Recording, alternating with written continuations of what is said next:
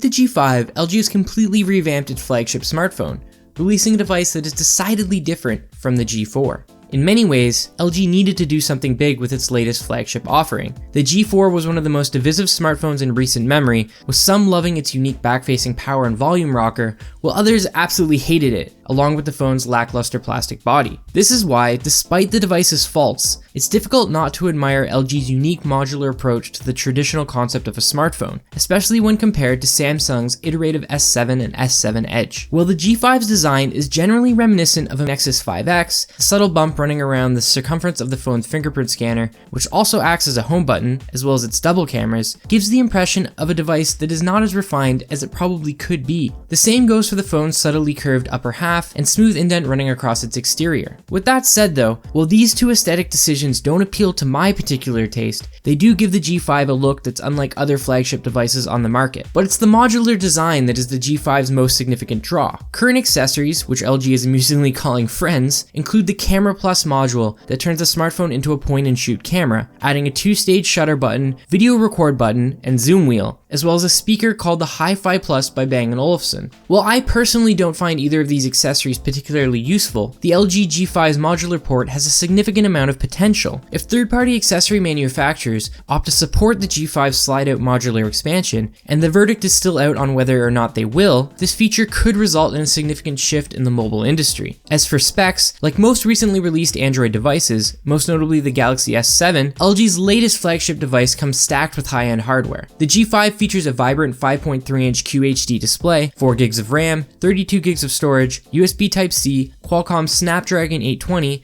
and a 2800 mAh battery. The one downside in terms of the G5 specs surprisingly comes in the software department. The G5's Android skin, while sleek, isn't very functional and even lacks the standard app drawer featured by almost every other build of Android. It's worth pointing out, however, that this issue can be circumvented by using a different Android launcher, and that a recent promotional video released by LG actually seems to feature an app drawer. So it's possible the app drawer could be making a return when the smartphone finally hits retail.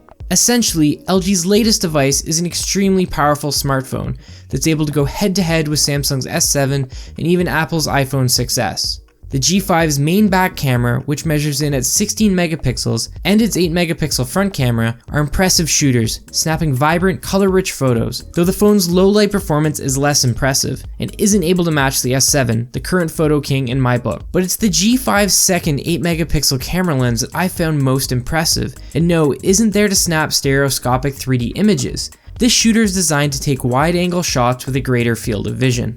So let's break it down. The G5's vision is 135 degrees, 15 more degrees than the human eye is capable of viewing, and significantly beyond the 75 degrees featured in most camera phones. This difference might not sound dramatic, but it is, making it easy to take a shot of an entire room, landmark, or landscape with the G5. So there's a lot to unpack when it comes to the G5, but the big question is if it's actually worth purchasing. This is difficult to answer given it's still unclear if LG's modular bet will actually pay off. While it could be a game changer, at launch, LG's friends really don't have much to offer. Though the G5's second shooter is undeniably compelling, these days a smartphone's aesthetic is often the differentiating factor for most people, and for me, the G5 is unfortunately a visual disappointment. Check out mobilesyrup.com for more awesome related mobile content.